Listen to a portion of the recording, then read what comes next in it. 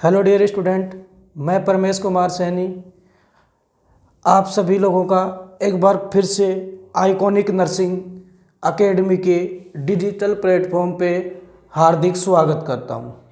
आज अपन mental health nursing के एक इम्पोर्टेंट टॉपिक के ऊपर डिस्कस करेंगे। आज की जो अपनी क्लास होगी उसके अंदर अपन मेंटल हेल्थ नर्सिंग का एक बहुत ही ज़्यादा इम्पोर्टेंट टॉपिक ईसीटी के बारे में डिस्कस करेंगे, जिसके अंदर अपन पढ़ेंगे कि ईसीटी क्या होती है, definition of ECT, indications of ECT, then उसके बाद में हाउ टू वर्क ईसीटी कि ईसीटी कैसे काम करती है यह अपन पढ़ेंगे। देन इसके अलावा अपन पढ़ेंगे contra indications of ECT.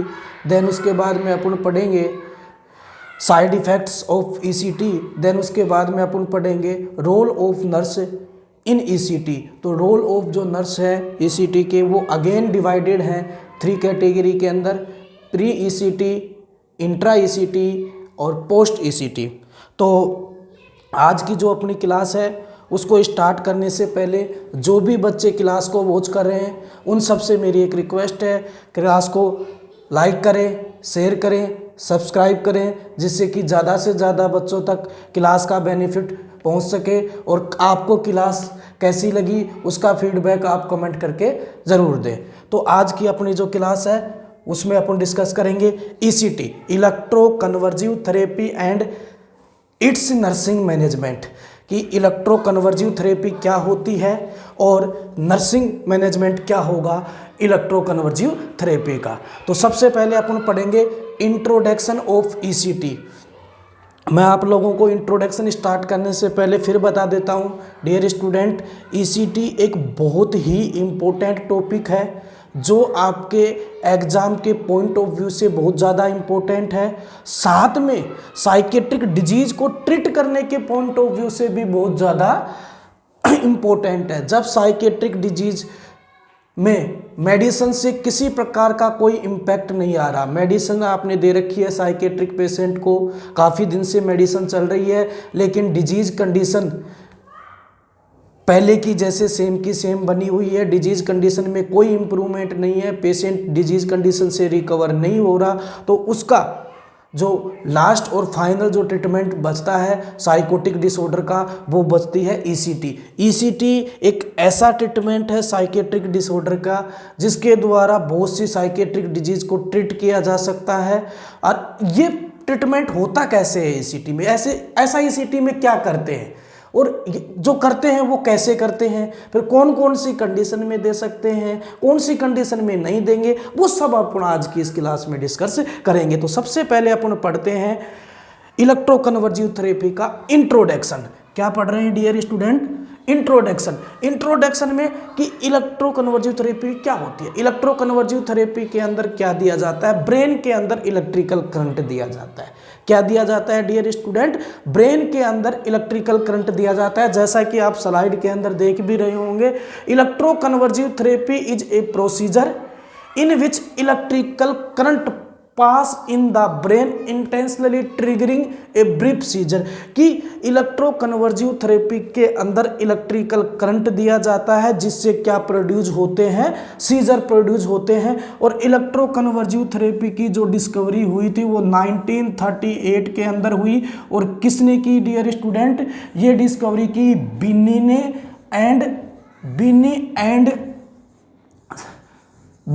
And सरलिटी ने। कौन सी सन के अंदर की? 1938। तो अपना इंट्रोडक्शन यही कंप्लीट होता है कि जो ईसीटी होती है उसके अंदर ब्रेन के अंदर इलेक्ट्रिकल करंट दिया जाता है जिसकी वजह से क्या प्रोड्यूस होते हैं, सीजर प्रोड्यूस होते हैं। और बिन्नी ने और सरलिटी ने इसको डिस्कवर किया था। कौन सी सन में किया था? 1938 के अंदर किया था। नेक्स्ट अपन पढ़ेंगे डेफिनेशन ऑफ ईसीटी। तो डेफिनेशन ऑफ ईसीटी में अपन पढ़ेंगे कि ईसीटी क्या होती है। तो जनरली ईसीटी को दूसरा एक और नाम से भी जानते हैं। किस नाम से जानते हैं? ECT also known as electroshock therapy. किस नाम से जानते हैं dear student? ECT formally also known as electroshock therapy is a psychiatric treatment in which seizure are electrically induce in anaesthetic patient for therapeutic use, कि therapeutic use के लिए patient को क्या दिया जाता है, एक तो एनास्थेसिया दिया जाता है और उस एनास्थेटिक एजेंट को देने के बाद में पेशेंट के अंदर क्या दिया जाता है, इलेक्ट्रिकल करंट दिया जाता है। यही होती है ईसीटी। तो ईसीटी की डेफिनेशन से क्लियर होता है कि ईसीटी को किस नाम से जानते हैं। ईसीटी को एक अदर नाम से भी जाना जाता है जिसको बोलते हैं अपन इलेक्ट्रोशॉक थेरेपी। किस नाम से जानते हैं डियर स्टूडेंट,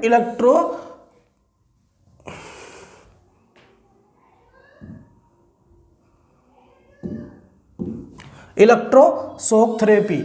देन इसके अलावा ईसीटी के अंदर क्या किया जाता है कि एनास्थेटिक पेशेंट के अंदर, मतलब पेशेंट को एनास्थीसिया दिया जाता है और एनास्थीसिया देने के बाद में पेशेंट के अंदर क्या दिया जाता है, इलेक्ट्रिकल करंट दिया जाता है और उस इलेक्ट्रिकल करंट की वजह से क्या आते हैं, सीजर आते हैं। यही होती है ईसीटी, कि ईसीटी के अंदर पेशेंट के अंदर क्या दिया जाता है, इलेक्ट्रिकल करंट दिया जाता है और इलेक्ट्रिकल करंट देने की वजह से क्या प्रोड्यूस होते हैं डियर स्टूडेंट, सीजर प्रोड्यूस होते हैं। नेक्स्ट अपन बात करेंगे कि ऐसी कौन कौन सी कंडीशन है जिसके अंदर अपन क्या दे सकते हैं, पेशेंट को ईसीटी अपन पेशेंट को दे सकते हैं। तो अपन पढ़ेंगे indications of ECT. Indication of ECT के अंदर जैसा कि मैंने आप लोगों को पहले ही बता दिया कि मोस्टली जो ईसीटी होती है वो ट्रीटमेंट में काम में आती है। किसके ट्रीटमेंट में, साइकेट्रिक डिसऑर्डर के ट्रीटमेंट में काम आती है। और साइकेट्रिक डिसऑर्डर में भी कौन सी डिजीज को ट्रीट करने में काम आती है, मेंटल इलनेस में भी जो साइकोटिक डिसऑर्डर होते हैं, जो साइकोटिक जो डिसऑर्डर होते हैं, साइकोटिक जो मेंटल इलनेस होती हैं उनको ट्रीट करने के लिए, मेंटल इलनेस को ट्रीट करने के लिए मेनली क्या काम में ली जाती है, ईसीटी। तो अपने को ऑलरेडी पता है साइकेट्रिक डिसऑर्डर कौन कौन से होते हैं, साइकोटिक डिसऑर्डर कौन कौन से होते हैं, डिप्रेशन होता है, सिजोफ्रेनिया होता है, मेनिया होता है, depression, schizophrenia, mania, delirium, dementia, ये सारे के सारे क्या होते हैं, साइकोटिक डिसऑर्डर।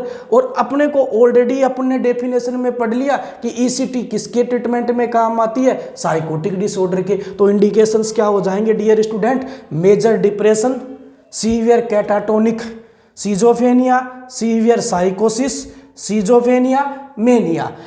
जितने भी साइकोटिक डिसऑर्डर हैं उन सबको ट्रीट करने के लिए अपन क्या दे सकते हैं, पेशेंट को ईसीटी दे सकते हैं। इसके अलावा भी अदर कुछ इंडिकेशंस हैं जिनके अंदर ईसीटी दी जा सकती है। अगर न्यूरोटिक डिसऑर्डर में भी पेशेंट मेडिसिन से किसी प्रकार का कोई इम्पैक्ट नहीं आ रहा तो उसको क्या दे सकते हैं, अपन ईसीटी दे सकते हैं। तो मेजरली अपन मेन जो इंडिकेशन माने ईसीटी के कि ऐसी कौन कौन सी कंडीशन है जिसमें पेशेंट को अपन ईसीटी दे सकते हैं, तो उस कंडीशन के अंदर सबसे पहले आता है डिप्रेशन। डिप्रेशन का जो मेन मैनेजमेंट होता है, डिप्रेशन का जो मेन ट्रीटमेंट होता है, अगर पेशेंट को किसी प्रकार का कोई इंप्रूवमेंट नहीं हो रहा है एंटीसाइकोटिक ड्रग से, तो उसका मेन मैनेजमेंट जो किया जाता है वो ईसीटी के द्वारा किया जाता है। और आपने देखा होगा इंडिकेशन में फर्स्ट नंबर पे क्या है, मेजर सीवियर डिप्रेशन। तो major severe depression, severe catatonic, schizophrenia, severe साइकोसिस, सिजोफ्रेनिया के अदर टाइप्स और मेनिया, इन सब के अंदर ईसीटी काम में ली जाती है। Next, mechanism of action. Mechanism of action में अपन पढ़ेंगे कि how to work ECT. ECT काम कैसे करती है, कि ऐसा क्या करती है ईसीटी जिसकी वजह से साइकोटिक जो डिसऑर्डर है, मेजर जो मेंटल इलनेस है वो ठीक हो जाती है।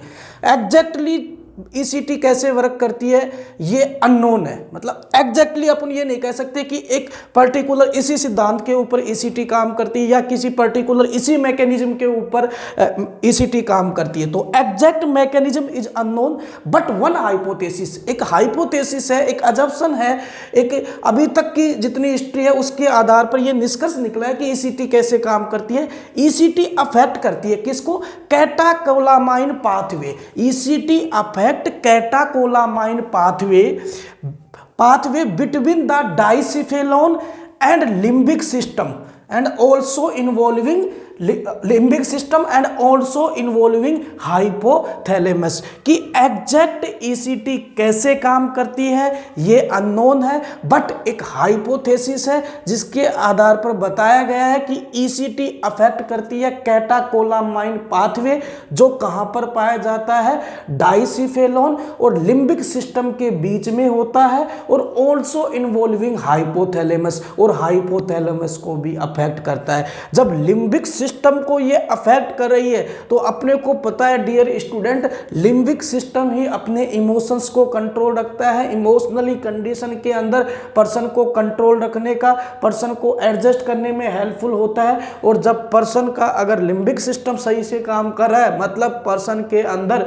जो कोग्निटिव परसेप्शन है, जो कोग्निटिव एबिलिटी है, उसकी क्या रहती है, कोग्निटिव एबिलिटी बनी रहती है। अगर लिम्बिक सिस्टम के अंदर एबिलिटी है तो कोग्निटिव एबिलिटी भी अफेक्ट हो जाती है। तो जब तक एक अपन मेंटली रूप से हेल्दी है, इट मीन्स आपका लिम्बिक सिस्टम अच्छे से वर्क कर रहा है। जिस दिन लिम्बिक सिस्टम ने वर्क करना कम कर दिया, लिम्बिक सिस्टम अफेक्ट हो गया, तो कोई ना कोई किसी ना किसी प्रकार की आप साइकेट्रिक बीमारी के शिकार हो सकते हो। तो मैकेनिज्म ऑफ एक्शन में अपन ने पढ़ा कि ईसीटी कैसे काम करती है, तो उसमें दो बातें सामने निकल के आई कि ईसीटी कैसे काम करती है, ये एग्जैक्ट मैकेनिज्म अननोन है, बट ये माना जाता है कि ईसीटी अफेक्ट करती है। किसको अफेक्ट करती है, कैटाकोलामाइन पाथवे को, जो कहां पर होता है, वह होता है डाइसिफेलोन और लिम्बिक सिस्टम के बीच में, और ऑल्सो और किसको अफेक्ट करती है, हाइपोथैलेमस को।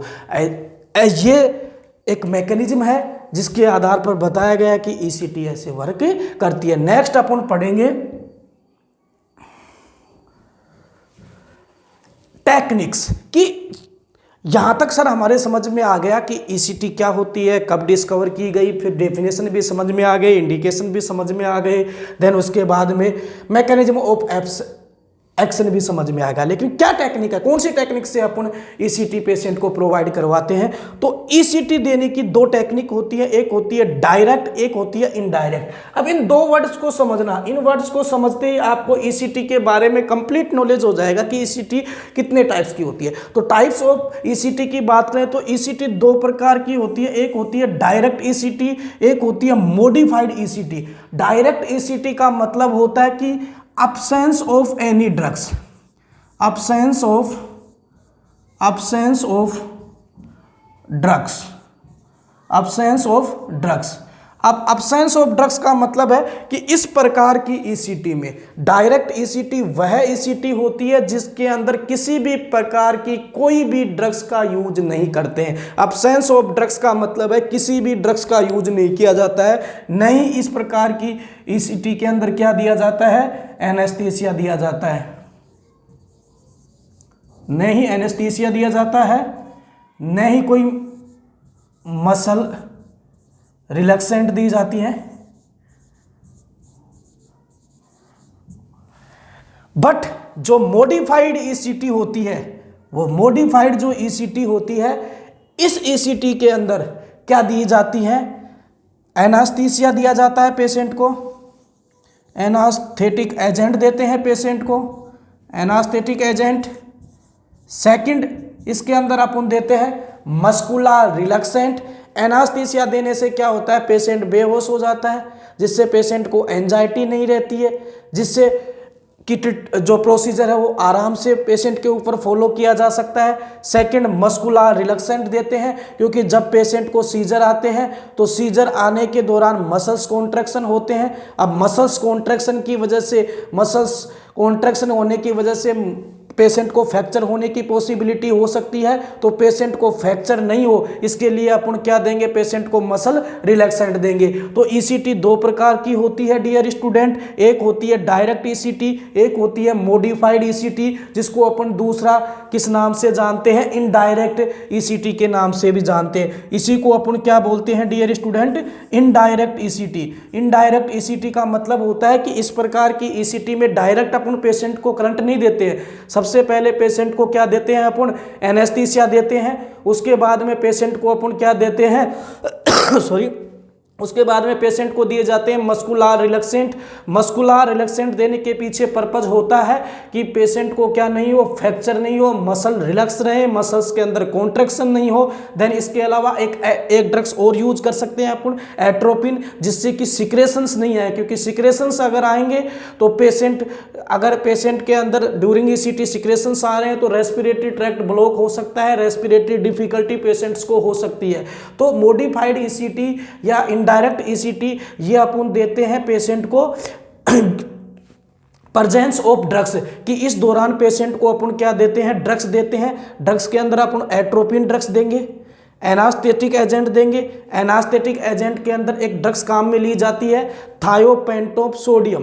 क्या लेते हैं डियर स्टूडेंट काम में, थायोपेंटोप सोडियम। इसके अलावा मस्कुलर रिलैक्सेंट के लिए अपन काम में लेते हैं सक्सिलाइन कोलिन। इसके अलावा एक ड्रग्स देते हैं एट्रोपिन सल्फेट, जो कि सिक्रेशंस को रिड्यूस करने का काम करती है। तो ईसीटी दो प्रकार की, डायरेक्ट, इनडायरेक्ट। डायरेक्ट में किसी प्रकार की कोई अपन मेडिसिन नहीं देते हैं, डायरेक्ट पेशेंट को इलेक्ट्रिकल करंट दिया जाता है, सीजर प्रोड्यूस करवाया जाता है। मॉडिफाइड ईसीटी देने से पहले, इलेक्ट्रिकल करंट देने से पहले पेशेंट को क्या दी जाती हैं, ड्रग्स दी जाती हैं। ड्रग्स में कौन कौन सी, एनास्थेटिक एजेंट देंगे, मस्कुलर रिलैक्सेंट देंगे, और इसके अलावा एक और अपन ड्रग्स देंगे। कौन सी ड्रग्स देंगे, वो अपन देते हैं एट्रोपिन सल्फेट, जिससे कि पेशेंट्स के अंदर जो सिक्रेशंस है वो रिड्यूस हो जाए। देन इसके अलावा नेक्स्ट अपन बात करते हैं मैकेनिज्म ऑफ एक्शन हो गया, टेक्निक्स हो गए। इलेक्ट्रोड्स अपन कहाँ प्लेस करेंगे, कि जो अपन पेशेंट को इलेक्ट्रिकल करंट दे रहे हैं, वो इलेक्ट्रिकल करंट अपन किससे देंगे, इलेक्ट्रोड से देंगे। तो उन इलेक्ट्रोड्स का प्लेसमेंट क्या होगा, तो इलेक्ट्रोड्स भी दो जगह प्लेस किए जा सकते हैं। भाई ईसीटी देने के लिए अपन क्या देते हैं, ब्रेन के अंदर इलेक्ट्रिकल करंट देते हैं। अब ये इलेक्ट्रिकल करंट अपन किससे देंगे, इलेक्ट्रोड्स की सहायता से देंगे। तो उन इलेक्ट्रोड्स को अपन कहाँ प्लेस करेंगे, तो इन इलेक्ट्रोड्स को भी दो जगह प्लेस किया जा सकता है। एक होता है यूनिलेटरली, एक होता है बाइलेटरली। अब इन वर्ड्स का मतलब समझना डियर स्टूडेंट, कि यूनिलेटरली का मतलब क्या होता है और बाइलेटरली का मतलब क्या होता है। जहां भी वर्ड आ जाता है यूनी मतलब यूनिक, वो उसका मतलब होता है सिंगल। तो यूनिलेटरली का मतलब होता है अपन इलेक्ट्रोड्स एक जगह ही प्लेस करेंगे, मतलब एक साइड में ही। और एक साइड में भी अपन कौन सी जगह प्लेस करेंगे, इलेक्ट्रोड्स जो अपन प्लेस करेंगे वो नॉन डोमिनेटेड साइड में, नॉन डोमिनेटेड साइड के अंदर, यानी कि राइट साइडेड जो पर्सन होगा उसके अंदर अपन राइट साइड में प्लेस करेंगे। और बाइलेटरली अपन इलेक्ट्रोड्स कहाँ प्लेस करेंगे, जो आपका फ्रंटो टेम्पोरल रीजन होता है, फ्रंटो और टेम्पोरल रीजन के ऊपर दोनों साइड में अपन प्लेस करेंगे इलेक्ट्रोड्स को।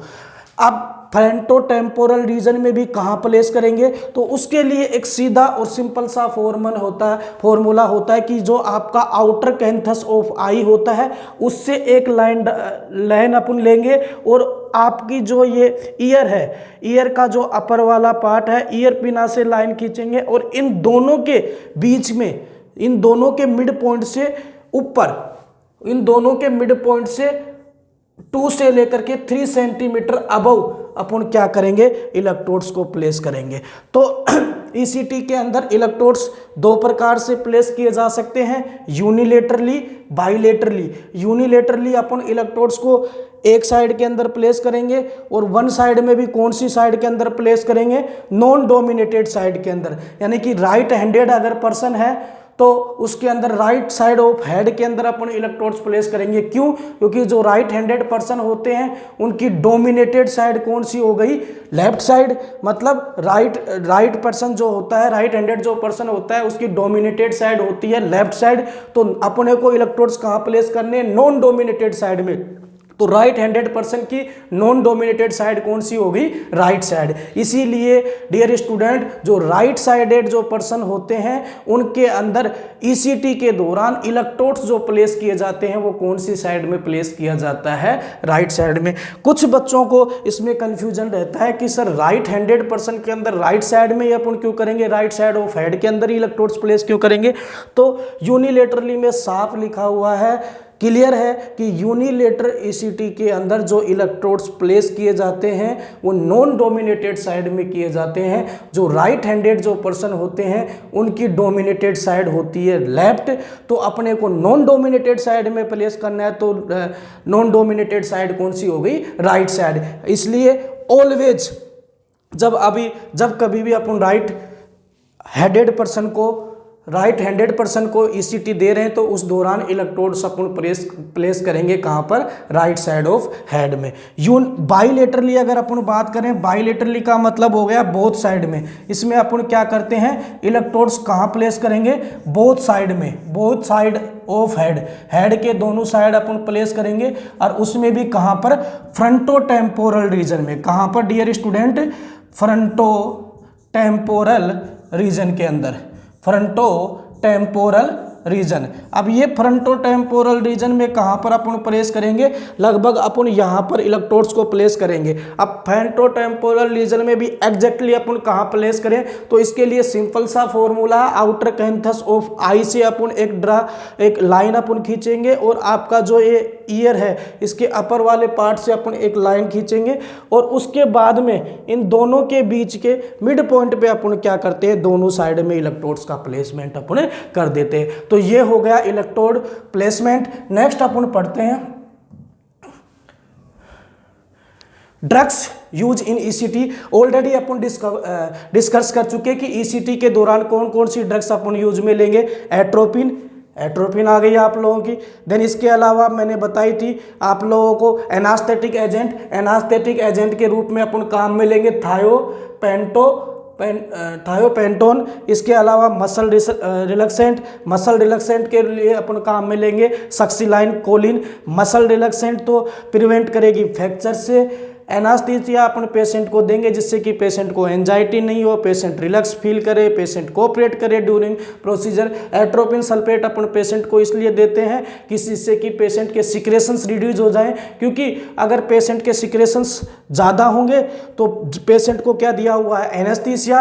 और सिक्रेशंस कहाँ पर ब्लॉक हो सकते हैं? रेस्पिरेटरी ट्रैक्ट के अंदर। अब सिक्रेशन रेस्पिरेटरी ट्रैक्ट के अंदर अगर इकट्ठे हो गए तो उसकी वजह से रेस्पिरेटरी ब्लॉकेज हो सकता है, पेशेंट को रेस्पिरेटरी डिफिकल्टी आ सकती है, इसलिए क्या दी जाती है? Atropine sulphate. तो ड्यूरिंग ईसीटी अपन 3 प्रकार की ड्रग्स यूज में लेते हैं, एट्रोपिन सल्फेट, थायोपेंटोम, मसल रिलैक्सेंट के रूप में सक्सिलाइन कोलिन, और इसके अलावा पेशेंट को अपन अगर नीडेड है तो ऑक्सीजन थेरेपी भी पेशेंट को अपन आफ्टर ईसीटी या ड्यूरिंग ईसीटी प्रोवाइड करवा सकते हैं। Next upon Contra indication of ECT. तो ईसीटी के कॉन्ट्रा इंडिकेशन, इसमें अपन डिस्कस करेंगे कि ऐसी कौन कौन सी कंडीशन है जिस दौरान अपन ईसीटी को अवॉइड करेंगे।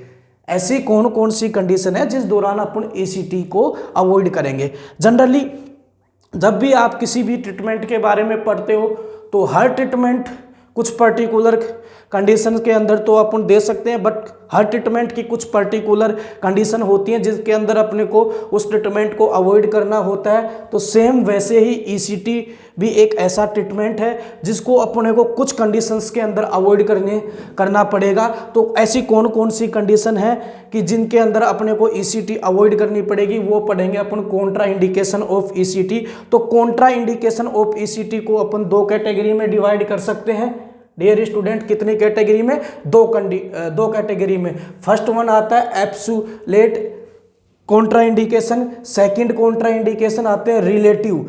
एब्सोल्यूट कॉन्ट्रा इंडिकेशन का मतलब हो गया कि इस कंडीशन में तो अपन बिल्कुल भी पेशेंट को ईसीटी नहीं देंगे, मतलब डेफिनेटली अपन 100% इस केसेज के अंदर क्या करते हैं? 100% अपने को इस प्रकार के केसेज में क्या करनी पड़ेगी? ईसीटी अवॉइड करनी पड़ेगी। ईसीटी क्या होगी? अवॉइड करनी पड़ेगी। मतलब एब्सोल्यूट जो कॉन्ट्रा इंडिकेशन होता है ईसीटी का, इसका मतलब है कि यह एक ऐसी कंडीशन है जिसमें आपको 100% ईसीटी को क्या करना पड़ेगा? अवॉइड करना पड़ेगा। और ऐसी कंडीशन कौन सी होती है? Increase ICP. अगर आपके पास ऐसा साइकोटिक पेशेंट है जिसका आईसीपी बढ़ा हुआ है, जिसको साइकेट्रिक मेडिसिन से भी इफेक्ट नहीं आ रहा, और आप उसको ईसीटी देने के बारे में सोच रहे हो, तो बिल्कुल भी अपने को ईसीटी इस प्रकार के पेशेंट को नहीं देनी है। क्यों? क्योंकि ईसीटी इस प्रकार की कंडीशन में कॉन्ट्रा इंडिकेटेड है, पेशेंट की डेथ हो सकती है। तो एब्सोल्यूट कॉन्ट्रा इंडिकेशन का मतलब होता है कि इस प्रकार के केसेस के अंदर अपने को पेशेंट को ईसीटी किसी भी कंडीशन में नहीं देनी है। वो कंडीशन कौन सी है? इंक्रीज आईसीपी या आईसीपी, इंट्राकरेनियल प्रेशर। सेकंड आता है रिलेटिव कॉन्ट्राइंडिकेशन, मतलब इन केसेस के अंदर भी अपने को ईसीटी अवॉइड करनी है, बट अपन रिस्क ले सकते हैं, इसीलिए इनको क्या बोला गया है? Relative contraindication. मतलब कि ऐसी कौन कौन सी कंडीशन है जिसके अंदर भी अपने को ईसीटी अवॉइड करनी है, बट अपने पास अगर कुछ ऑप्शन ही नहीं बचे तो इन कंडीशन में जनरली तो अपने को अवॉइड करनी होती है ईसीटी, लेकिन अपन चांसेज ले सकते हैं। तो रिलेटिव कॉन्ट्राइंडिकेशन में आता है आपको रिसेंट एमआई। अगर किसी को अभी रिसेंटली एमआई हुआ है तो ऐसे पेशेंट को भी अपन ईसीटी नहीं देंगे। सीवियर हाइपोटेंशन है उसको नहीं देंगे। सीवीए है, सेरिब्रोवैस्कुलर एक्सीडेंटल डिजीज है, उनको भी नहीं देंगे। रेटिनल डीअटैचमेंट है उसको भी नहीं देंगे। इसके अलावा भी और रिलेटिव कॉन्ट्राइंडिकेशन में बात करें तो ड्यूरिंग प्रेगनेंसी अपन ईसीटी नहीं दे सकते मदर को। और child less than 14 year of age, 14 years से अगर बच्चे की एज कम है तो उसको भी अपन ईसीटी नहीं दे सकते। तो इंडिकेशंस की बात करें तो ईसीटी दो प्रकार से कॉन्ट्रा इंडिकेटेड है। Indication of ECT, contra indication of ECT divided in two category. Absolute contra indication, increase ICPR. Relative contra indication, relative contra indication में अपन ने पढ़ा कि एमआई वाली कंडीशन में अपने को ईसीटी अवॉइड करनी पड़ेगी। प्रेगनेंसी वाली कंडीशन में ईसीटी अवॉइडेबल है। देन इसके अलावा हाइपोटेंशन वाली कंडीशन में ईसीटी अवॉइड है। रेटाइनल डी अटैचमेंट वाली कंडीशन में ईसीटी अवॉइड है। और बच्चों के अंदर भी ईसीटी क्या होती है? अवॉइडेबल होती है। तो बच्चों को भी अपन ईसीटी नहीं देते हैं।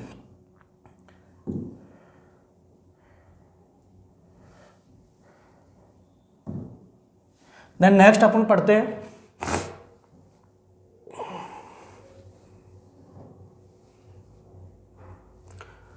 नर्सिंग केयर इन ईसीटी। आज की जो अपनी क्लास है उसका लास्ट टॉपिक है नर्सिंग केयर इन ईसीटी। उससे पहले जो भी बच्चे क्लास को वॉच कर रहे हैं वो क्लास को लाइक करें, शेयर करें, सब्सक्राइब करें, जिससे कि ज़्यादा से ज़्यादा बच्चों तक क्लास का बेनिफिट पहुंच सके। और क्लास आपको कैसी लगी इसके बारे में आप अपना आउटपुट कमेंट बॉक्स में कमेंट करके ज़रूर दें। और जिन भी बच्चों ने अभी आइकॉनिक नर्सिंग एकेडमी के अकेडमी का कोर्स परचेज नहीं किया है वो आइकॉनिक एकेडमी के ऐप पर जाकर के कोर्स को परचेज कर सकते हैं और ज़्यादा से ज़्यादा बेनिफिट इसका ले सकते हैं। तो अपन नेक्स्ट टॉपिक डिस्कस करते हैं नर्सिंग केयर इन ईसीटी। नर्सिंग केयर इन ईसीटी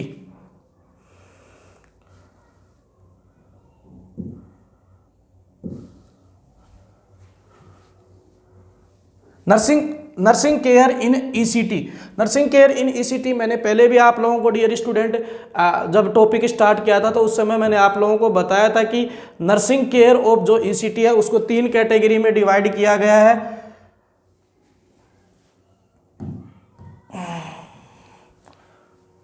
अच्छा, उससे पहले एक छोटा सा टॉपिक बताता है अपना साइड इफेक्ट ऑफ ईसीटी की ईसीटी की वजह से क्या क्या साइड इफेक्ट होंगे। तो साइड इफेक्ट की बात करें तो ईसीटी की वजह से मेमोरी इंपेयरमेंट हो सकता है, पेशेंट अनकॉन्शियस हो सकता है, डिसओरिएंटेड हो सकता है। देन इसके अलावा कन्फ्यूजन पेशेंट को हो सकता है, मेमोरी इंपेयरमेंट हो सकती है। ये कुछ इंपॉर्टेंट क्या है साइड इफेक्ट ऑफ ईसीटी कि ईसीटी देने के बाद में पेशेंट के अंदर अपने को कौन कौन से साइड इफेक्ट देखने को मिलेंगे। तो जनरल जो साइड इफेक्ट है उसके बारे में मैं आप लोगों को बता रहा हूं कि ये अगर आपको ईसीटी के बाद में पेशेंट के अंदर देखने को भी मिले तो इससे घबराने की आवश्यकता नहीं है। क्यों? क्योंकि ये क्या है इस पर्टिकुलर प्रोसीजर, इस पर्टिकुलर ट्रीटमेंट के क्या है साइड इफेक्ट। तो ऐसे कौन कौन से साइड इफेक्ट हैं जो आफ्टर ईसीटी आपको पेशेंट के अंदर देखने को मिलेगा। तो उसके अंदर फर्स्ट आता है मेमोरी इंपेयरमेंट, पेशेंट अनकॉन्शियस हो सकता है, मेमोरी इंपेयरमेंट हो सकती है, कन्फ्यूजन हो सकता है, हो सकता है पेशेंट। तो ये कॉमन साइड इफेक्ट है ईसीटी के, जो अपने को आफ्टर ईसीटी पेशेंट के अंदर देखने को मिल सकते हैं। देन इसके बाद में अपन पढ़ेंगे कि केयर ड्यूरिंग ईसीटी की, ईसीटी के दौरान अपन पेशेंट को क्या क्या केयर प्रोवाइड करवाएंगे। लास्ट अपना जो केयर इन ईसीटी, ईसीटी के अंदर एज ए नर्स आपका क्या रोल होगा। इसका केयर इन ईसीटी का मतलब है कि एज ए नर्स आपकी क्या रेस्पॉन्सिबिलिटी होगी ईसीटी ट्रीटमेंट के दौरान। तो केयर ऑफ नर्स के जो रोल है ड्यूरिंग ईसीटी या ईसीटी प्रोसीजर के दौरान, इनको 3 कैटेगरी में डिवाइड किया गया है। नर्स के जो रोल हैं ईसीटी के अंदर, उनको 3 कैटेगरी के अंदर डिवाइड किया गया है। अब ईसीटी से पहले भी नर्स के रोल होंगे, ईसीटी के दौरान भी नर्स के इंपॉर्टेंट रोल है, और ईसीटी के बाद में भी क्या है, नर्स का इंपॉर्टेंट रोल होता है। यहां पर डियर स्टूडेंट आपके एग्जाम का क्वेश्चन बनता है, बहुत बार एग्जाम में पूछा जाता है कि role of nurse during ECT, during ECT and after ECT, या लॉन्ग क्वेश्चन पूछा जाता है कि describe role of nurse pre ECT, intra ECT, post ECT. मतलब कि ईसीटी से पहले जो नर्स के रोल हैं उनको डिस्क्राइब करो, ईसीटी के दौरान जो नर्स के रोल हैं उनको डिस्क्राइब करो, और ईसीटी के बाद में जो नर्स के रोल हैं उनको डिस्क्राइब करो। तो ईसीटी में जो नर्स के रोल हैं उनको 3 कैटेगरी में डिवाइड किया जाता है, pre ECT nurse role, intra ECT nurse role, और पोस्ट ईसीटी नर्स रोल। तो ईसीटी से पहले तो क्या रोल है, ईसीटी से पहले एज ए नर्स आपका इंपॉर्टेंट रोल होता है कि पेशेंट से अपने को इन्फॉर्म कंसेंट लेना है। इन्फॉर्म कंसेंट अपने को हमेशा पेशेंट से पहले ले लेना है, जिस पे पेशेंट के रिलेटिव के सिग्नेचर होनी चाहिए, क्योंकि यह एक प्रोसीजर है। कोई भी प्रोसीजर करने से पहले नर्स की प्राइमरी रिस्पॉन्सिबिलिटी होती है कि अपने को रिटर्न में इन्फॉर्म कंसल्ट पेशेंट और उसके रिलेटिव से अपने को रिसीव करना है। इसके अलावा पेशेंट की कंप्लीट हिस्ट्री लेनी है, स्पेशली ड्रग एलर्जी हिस्ट्री। क्यों, अपन ड्यूरिंग ईसीटी पेशेंट को क्या देंगे, एनास्थेटिक एजेंट देंगे, एट्रोपिन देंगे, मस्कुलर रिलैक्सेंट देंगे।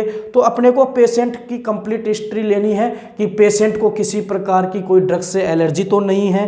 क्यों, क्योंकि अपने को ड्यूरिंग ईसीटी ड्रग्स पेशेंट को इंड्यूस करनी है, और अपने को पता ही नहीं है कि पेशेंट को उस पर्टिकुलर ड्रग से कहीं एलर्जी तो नहीं है। तो पेशेंट की कंप्लीट हिस्ट्री, उसमें स्पेशली ड्रग्स एलर्जी हिस्ट्री अपने को पेशेंट की लेनी है। इसके अलावा कोई भी किसी भी प्रकार का कोई ऑर्नामेंट, कोई मेटालिक चीज या अदर कोई भी डेंचर्स पेशेंट की बॉडी के ऊपर नहीं होने चाहिए, न ही टाइट क्लॉथ पेशेंट की बॉडी के ऊपर होने चाहिए।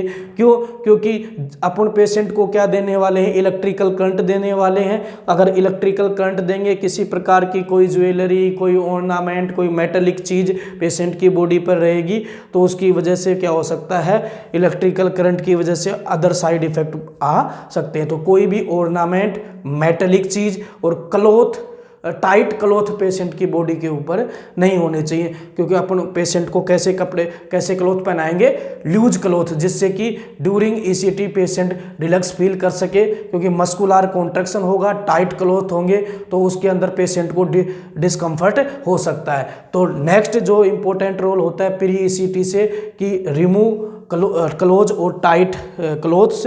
इसके अलावा remove any type of jewellery, metallic object और other object from patient body की। पेशेंट की बॉडी से अपन किसी भी प्रकार की कोई ज्वेलरी नहीं रहने देंगे, कोई मेटेलिक चीज़ नहीं रहने देंगे, और टाइट क्लॉथ पेशेंट की बॉडी के ऊपर नहीं रहने चाहिए। इसके अलावा पेशेंट के वाइटल साइन लेंगे, पेशेंट के बेसलाइन डाटा अपन क्या करेंगे, असिस्ट करेंगे। इसके अलावा पेशेंट को साइकोलॉजिकल सपोर्ट प्रोवाइड करवाएंगे, और कोई भी प्रोसीजर करने से पहले जैसे अपन प्री प्रोसीजर पेशेंट और पेशेंट के रिलेटिव को अपन क्या करेंगे, एक्सप्लेन करेंगे प्रोसीजर को। तो ये तो होते हैं नर्सिंग के रोल। Before ECT. तो before ECT as a nurse आपका रोल है इन्फॉर्म कंसल्ट लेना है पेशेंट से, कोई भी टाइट क्लॉथ या कोई भी मेटेलिक या ज्वेलरी आइटम बॉडी पे नहीं होना चाहिए। इसके अलावा बेसलाइन डाटा अपने को असिस्ट करने हैं, पेशेंट की कंप्लीट मेडिकल और एलर्जिक हिस्ट्री अपने को कलेक्ट करनी है। और during ECT as a nurse आपके क्या क्या रोल है, तो ड्यूरिंग ईसीटी अगर अपन बात करें तो ड्यूरिंग ईसीटी आपको पेशेंट को कंफर्टेबल पोजीशन प्रोवाइड करवानी है। कंफर्टेबल पोजीशन ड्यूरिंग ईसीटी अपन पेशेंट को सुपाइन पोजीशन में रखेंगे ऑन ईसीटी टेबल, और कंटिन्यूअसली पेशेंट को असिस्ट करते रहेंगे, असिस्ट करवाएंगे एनास्थीसिया। देन इसके अलावा असिस्ट करते रहेंगे पेशेंट के वाइटल साइन, और जो साइड लाइन जो रेलिंग जो होती है बेड की, उसको अपन क्या कर देंगे, ऊपर कर देंगे, जिससे कि पेशेंट को अगर सीजर आए तो उस दौरान पेशेंट फर्श के ऊपर नहीं गिरे। क्योंकि अगर अपन ने साइड लाइन रेलिंग ऊपर नहीं की, पेशेंट को सीजर आ गया और पेशेंट अगर बेड से नीचे गिर गया तो पेशेंट को क्या हो सकता है, फ्रैक्चर हो सकता है। तो ये नर्स के कुछ इंपॉर्टेंट रोल थे ड्यूरिंग ईसीटी। अब बात करते हैं post ECT as a nurse आपके क्या रोल होंगे। तो पोस्ट ईसीटी अपने रोल होंगे कि अपने को पेशेंट को आफ्टर ईसीटी कंटिन्यू ऑब्जर्वेशन में रखना है, ऑब्जर्व करते रहना है पेशेंट के अंदर कि ईसीटी के साइड इफेक्ट तो अकर नहीं हो रहे, किसी प्रकार के अदर कोई कॉम्प्लिकेशंस तो अराइज नहीं हो रहे, और कंटिन्यू पेशेंट को अपन असिस्ट करते रहेंगे, पेशेंट के वाइटल साइन चेक करते रहेंगे, देन पेशेंट को ओरिएंट करवाते रहेंगे, देन पेशेंट का कॉन्शियस लेवल अपन पेशेंट का चेक करते रहेंगे। तो ये यहाँ पर अपना जो तीनों जो रोल थे नर्स के, बिफोर ईसीटी, ड्यूरिंग ईसीटी और आफ्टर ईसीटी, ये अपने यहाँ पर कंप्लीट होते हैं। देन आज की जो अपनी ये क्लास थी वो यहीं पर अपन फिनिश करेंगे। उससे पहले जिन बच्चों ने अभी तक चैनल को लाइक नहीं किया है, वो बच्चे एक ज़्यादा से ज़्यादा चैनल को लाइक करें, शेयर करें, सब्सक्राइब करें। और जिन भी बच्चों ने कोर्स को परचेज नहीं किया है, वो आइकॉनिक नर्सिंग के डिजिटल प्लेटफॉर्म पे जाकर के, आइकॉनिक नर्सिंग के ऐप पर जाकर के कोर्स को परचेज कर सकते हैं और ज़्यादा से ज़्यादा इसका बेनिफिट उठा सकते हैं। Thank you.